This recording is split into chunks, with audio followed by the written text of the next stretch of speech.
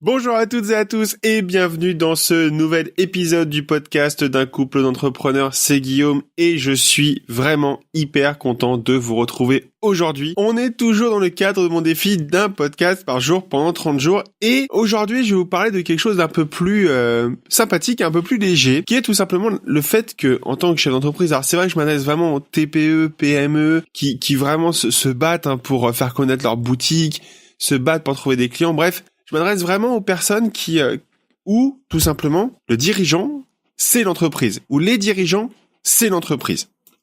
Je trouve qu'on n'en parle pas assez souvent, mais c'est vrai que, en tant que jeune chef d'entreprise, ou en tant que TPE, PME, voire artisan, on n'a pas des milliards de salariés sous notre coupe, et finalement, quand on sort à un événement, quand on sort à un événement réseau, quand on sort à un événement extérieur, ça peut même être des courses, en fait, finalement, on est notre entreprise. Dans ce podcast, je vais vous raconter une anecdote qui est majeure pour CG Media, donc la boîte qu'on anime avec Céline. Je vous rappelle, je travaille avec ma femme, on a un studio photo dans le Val d'Oise à Osny.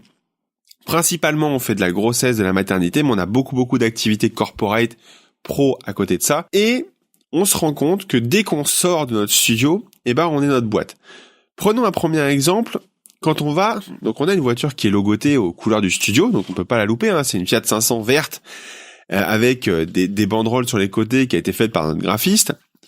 Et ça arrive souvent qu'on est klaxonné, qu'on est, interpellé dans la rue, parce qu'en fait les gens reconnaissent la voiture. Alors ça peut être tout simplement des clients à nous, et ça c'est cool, parce qu'en fait finalement on s'arrête quand on peut, quand c'est sur l'autoroute, sur la 15 on évite, mais on s'arrête, on discute un peu, et encore une fois, le fait de pouvoir discuter un petit peu comme ça avec ces clients-là fait qu'ils vont peut-être revenir au studio, nous faire une visite. Ensuite, il y a quand on est en événement réseau. Ça, il nous a fallu quasiment, moi, il m'a fallu quasiment 2 ans. J'avoue que Céline là-dessus avait moins de problèmes que moi, mais il faut accepter aussi d'être tout le temps en costume et en chemise. Je me suis rendu compte, il y a eu ce moment en fait, donc quand on a lancé la boîte, après on a un peu galéré au début, comme tout le monde, et après ça a commencé à décoller, puis on a assisté à des événements réseau. Et c'est vrai que moi j'ai passé toute ma carrière de salarié à être en chemise, à faire attention à ça, à être attention parce que voilà, j'étais chef de projet quand même, alors il fallait que je m'habille bien et tout, blablabla. Et donc quand j'ai commencé à créer CG Media, j'avoue que j'ai complètement laissé tomber la chemise et j'étais un accro du polo. C'est-à-dire que je crois que tout le monde me connaît avec mes polos maintenant, mais à l'époque c'était pas comme ça. Et je me suis rendu compte il y a 2 ans qu'en fait si je mettais pas de chemise, il y a des gens qui me prenaient pas au sérieux. C'est-à-dire que le polo, c'est très bien quand je suis au studio, quand je suis avec des clients famille, il n'y a pas de souci. Par contre, quand je suis en événement réseau, la chemise, ça le fait. La veste de costume, ça le fait. Et en fait, ce qui me posait problème, c'est que j'avais envie de discuter avec des gens, mais ils me prenaient pas au sérieux parce que j'étais en polo. Et ça, c'est un truc qui m'a vraiment marqué parce que du jour au lendemain où j'ai commencé à mettre des chemises et ma veste, tout a changé. C'est-à-dire que les gens venaient me discuter, venaient parler avec moi. Il y avait plus de barrière en fait. Ils me prenaient au sérieux parce que j'avais un costume et parce que je faisais entre guillemets attention à comment je m'habillais. Et ça va même plus loin que ça, c'est-à-dire que à force de mettre de costumes, il y a des nouveaux entrants dans différents réseaux qui sont venus me voir. C'est quoi ton métier? Et moi je dis moi je suis photographe, j'ai un studio à Osny dans le Val d'Oise et puis je fais de la formation et blablabla. Ah mais t'as pas la tête du photographe. Et alors déjà, ça m'a calmé parce que, je trouve ça ridicule comme phrase où il n'y a pas de tête de photographe. C'est juste qu'encore une fois, et ça rejoint un autre épisode du podcast, nous, malheureusement, dans les créatifs, dans les photographes, on pâtit d'une image un peu vieillissante. Mais c'est vrai qu'il m'a fallu 2 ans, et Céline a très vite compris parce qu'elle, très vite, puis elle adore ça, s'habillait vraiment très bien, mettait des beaux talons, mettait des belles robes, alors que moi, à côté, je ressemblais j'étais pas moche, mais c'était pas ouf niveau tenue, quoi. Et donc ça, c'est important, et c'est un peu l'idée d'aujourd'hui. Faites attention quand vous parlez de votre entreprise ou quand vous sortez de votre studio, de votre boîte, que ce soit une TPE ou une PME et que vous soyez le dirigeant et que c'est un peu vous le commercial principal, vraiment le patron des commerciaux, vous devez de représenter une image de votre entreprise qui est conforme à ce que les gens attendent. Pas ce que vous voulez, mais à ce que les gens attendent. Et je vous rassure, quand on est en événement réseau, ce que les gens attendent, c'est le costume, c'est la cravate, parce que ça donne statutairement des images positives. Alors attention, moi c'est vrai que dans ma zone de chalandise, dans mes clients, c'est beaucoup d'industriels. Donc c'est beaucoup de gens qui ont grandi avec cette pratique-là. C'est vrai que quand je vois dans le monde de la start-up, c'est beaucoup plus léger, c'est beaucoup plus light. Mais mine de rien, le casual chic, c'est pas démodé et ça fonctionne encore.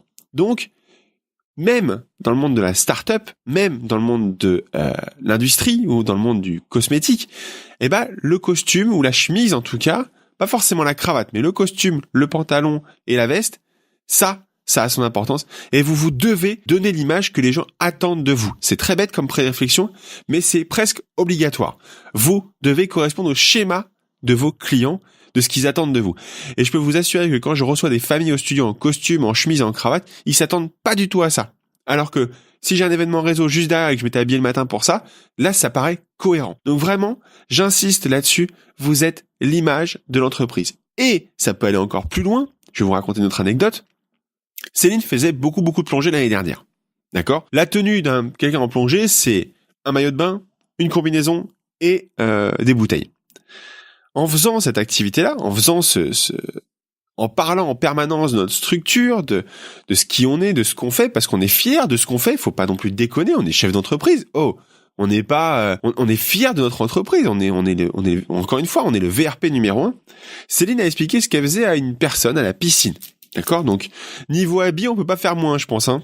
Et grâce à ça, grâce à ce réseau, à le fait d'être sortie de chez elle, d'avoir continué à présenter son activité, elle a réussi à nous rentrer un très gros contrat sur 2018 qui nous a permis de faire plein d'investissements parce que, encore une fois, c'était l'image de l'entreprise, elle a parlé de son activité, elle a présenté son activité en permanence et pourtant, là, cette fois, elle était vraiment habillée avec le minimum vital pour pas paraître aux infos, quoi. Donc voilà. Aujourd'hui, un podcast un poil plus long que ce que j'ai pu faire ces derniers temps, mais vraiment, je trouve que c'est important de vous partager ça avec vous. C'est important de partager ça sur ce podcast, parce qu'encore une fois, c'est vraiment un bonheur d'animer cette émission, d'animer cette petite pastille par jour en ce moment, et puis on va évoluer sur un autre format à la rentrée. Mais, amis chefs d'entreprise, amis dirigeants de TPE, PME, vous êtes l'image de l'entreprise, vous êtes l'image de votre entreprise et vous l'êtes en permanence. Que ça soit comme ce que je disais à la piscine, à un événement réseau, dans votre voiture, vous êtes en permanence l'image de votre boîte. Et c'est grâce à vous qu'elle se développe, c'est grâce à vos méthodes de communication, grâce à votre façon de vous habiller que plus ou moins vous allez pouvoir générer du contact ou en tout cas générer des contacts qui peuvent vous aider dans votre activité ou dans votre business directement. Voilà, je tenais d'abord avant tout à vous remercier pour le fait de me continuer à me suivre sur ce podcast. C'est vraiment un bonheur, hein. Vraiment, en plus, là, Apple Podcast, je m'en suis rendu compte, diffuser un petit peu en décalé les émissions. Le projet touche bientôt à sa fin. On fera un petit bilan de tout ça fin de période de Noël, hein, enfin aux alentours d'ici 3-4 jours. On fera un bilan de cette activité que j'ai menée avec vous, de cette opération que j'ai menée avec vous. Et de toute façon, si le podcast vous plaît, vous n'hésitez pas à le partager auprès de vos amis, de vos familles, soit d'un chef d'entreprise qui se lance. Et vous me laissez un avis, bien sûr, si ça vous plaît, sur Apple Podcast. Ça m'aide énormément. 5 étoiles de préférence. Et moi, je vous dis rendez-vous dès demain matin dans votre boîte email. Ciao, ciao.